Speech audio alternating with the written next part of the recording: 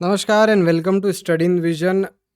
आज की डेट में इंटरनेशनल न्यूज़ को अगर हम झांकें तो मैं कहना चाहता हूँ कि इंटरनेशनली ये सबसे डेंजरस सिचुएशन में आज पूरी दुनिया पहुँच चुकी है।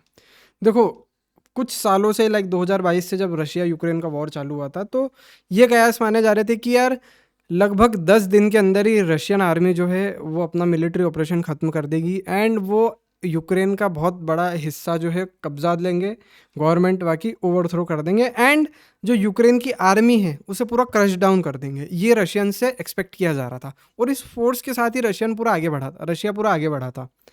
बट आज 903वां दिन है। आप ये देख सकते हो रशिया यूक्रेन वॉर को लगभग 903 दिन आज की डेट में कंप्लीट हो चुके हैं एंड ये वॉर ने एक काफ़ी ड्रास्टिक यू टर्न कह सकते हैं कि मतलब मैं कह सकता हूँ कि लिया है। ये किसी ने एक्सपेक्ट नहीं किया था कि ऐसा भी कुछ हो सकता है।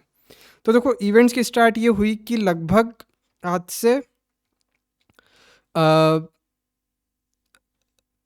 2-3 दिन पहले, मतलब शायद कुछ टाइम पहले, आई डोंट थिंक सो कि ऐसा कुछ हुआ था। हाँ, कुछ टाइम पहले रशिया ने एक ऑफेंसिव यूक्रेन की तरफ प्लान, मतलब यूक्रेन ने एक ऑफेंसिव रशिया की तरफ करना चालू करा एंड ये जो ऑफेंसिव है सबसे पहले स्टार्टिंग में कुर्स्क रीजन जो है रशिया का, यहाँ ये इसको आप देख सकते हो, ये कुर्स्क रीजन है।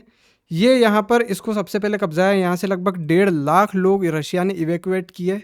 दूसरा, उसके बाद रशिया ने ये कयास लगाया जाने लगे कि भाई कुर्स्क पे अगर 1000 सोल्जर्स लगभग थे यूक्रेन के और उन्होंने इस पे हमला करा कुर्स्क पे, और इसको छुड़ाने में ही रशिया के पसीने छूट गए थे।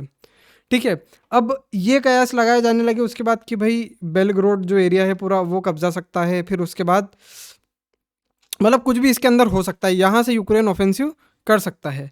लेकिन अभी ये अपडेट निकल के आ रही है कि सुजदा, जो आप ये एरिया देख सकते हो, ये पूरा यूक्रेनियन मिलिट्री के कंट्रोल में आ चुका है रशिया का। और ये वर्ल्ड वॉर 2 के बाद पहला ऐसी बार है कि रशिया के ऊपर, रशियन सॉइल पर इतना बड़ा अटैक किसी ने किया है।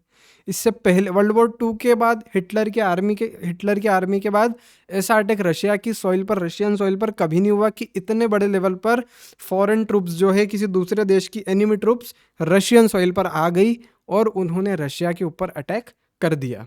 ठीक है, तो देखो डेवलपमेंट्स अब इसमें एक ड्रास्टिक टर्न मतलब ले रही है। और अब जो एनालिस्ट्स हैं, जियोपॉलिटिकल बड़े बड़े एनालिस्ट है और जो मेरी भी एनालिसिस है, there is a possibility, because Russian weaponry जो है वो काफ़ी बड़ी है बट इट इज़ लिमिटेड। यानी कि किसी भी देश की कितनी भी बड़ी आर्मी हो लेकिन वो लिमिटेड होती है। आपके पास जो ट्रूप्स होते हैं इंटरनेशनली, जो आप डेटा रिलीज़ करते हो कि हाँ इतने बड़े ट्रूप्स है, रियलिटी में चाहे वो तो बहुत, मतलब नंबर के अंदर एक बहुत बड़ा डिफरेंशिएशन इनके अंदर आ जाता है।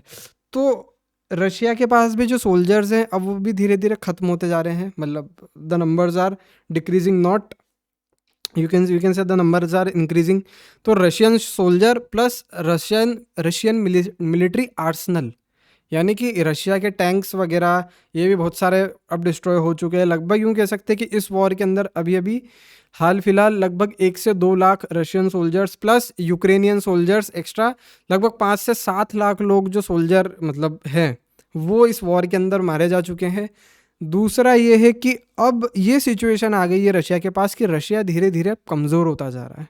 ठीक है, क्योंकि वॉर उसने भी इतना एक्सपेक्ट नहीं किया था कि लगभग 900वां दिन वो वॉर अपना, लगभग 2.5-3 साल ये जो वॉर है वो चली जाएगी। So it is like frustrating situation for Russia. तो देर इज़ अ पॉसिबिलिटी कि वो या तो कीव पे या फिर रशिया का, या फिर कह सकते हैं कि यूक्रेन का जो भी एरिया है, इंपॉर्टेंट एरिया हो जहाँ पर यूक्रेन की या तो मैनेजरियल या एक मिलिट्री इंस्टॉलेशन हो बड़े लेवल पर, वहाँ पर एक न्यूक्लियर अटैक कर सकती है ना। पहला तो कयास ये है। दूसरा ये है कि रशिया हो सकता है कि यहाँ पर सबसे पहले अपने जो लोग हैं उसे इवैक्यूएट करें, उन्हें इस एरिया से जो कि अभी पूरे यूक्रेनियन मिलिट्री कंट्रोल में, चाहे वो कुर्स्क हो या फिर वो या तो ये वाला रीजन हो कुर्स्क या फिर ये सुजदा ये वाला रीजन हो, इसमें एक टैक्टिकल या फिर कह सकते हैं कि स्मॉल न्यूक्लियर वेपन वो जो है रशिया उसका इस्तेमाल करे। सो पॉसिबिलिटीज़ आर देयर। अब ये अगर होता है फॉर एग्जांपल कि अगर किसी दूसरे की धरती पर अगर न्यूक्लियर वेपन का इस्तेमाल होता है तो रशिया को जवाब इस चीज़ का देना पड़ेगा। दूसरा है कि अगर रशिया इस केस में अगर अपनी ही धरती पर एक टैक्टिकल न्यूक्लियर वेपन का इस्तेमाल करता है तो रशिया को इतनी जवाबदेही नहीं बनेगी। तो पॉसिबिलिटी है कि जो एरिया पूरा यूक्रेनियन कंट्रोल में है, देयर इज़ अ पॉसिबिलिटी कि रशिया पूरा उसे एक या तो एक बहुत स्मॉल स्केल न्यूक्लियर बॉम्ब से पूरा वो एरिया उड़ा दे। So there is possibility, there are chances, क्योंकि डेवलपमेंट्स जो है एक ऑफेंसिव तरीके से बहुत होती जा रही है। एंड एक पॉइंट तो ये है, दूसरा पॉइंट एक मिडिल ईस्ट में है, ये यहाँ ये जो एरिया है कहाँ पर, सॉरी, ये इज़राइल और गाज़ा, यहाँ पर अभी जो वॉर है वो बहुत ज़्यादा इंटेंसिफाई हो रहा है। तो वॉर दोनों तरफ है। तीसरी एक पॉलिटिकल टेंशन जो है वो आज बन रही है, जो कि भारत के सामने है, वो है यहाँ पर भारत और बांग्लादेश। ठीक है, तो 3 जगह मैं मानता हूँ कि there are possible conflicting situation. अब देखो, हो भी ये सकता है कि ईरान अगर इज़राइल पर हमला करता है तो फिर यहाँ पर भी एक बहुत बड़ा बैटल स्टार्ट हो जाएगा। यहाँ पर तक बैटल चल भी रहा है, तो इसका एक बहुत बड़ा प्रेशर आ जाएगा इस देश पर जो है यूनाइटेड स्टेट्स ऑफ अमेरिका, जो कि हो सकता है कि पूरा कभी ध्यान नहीं दे पाए। और मतलब देर आर पॉसिबिलिटी कि वो किस किस पर ध्यान दे, तो एक का हाथ छोड़ दे, एक का हाथ खींच दे। तो देखो, सिचुएशन काफ़ी इंटरेस्टिंग बनी हुई है, सिचुएशन काफ़ी डेंजरस बनी हुई पूरी दुनिया के लिए ही।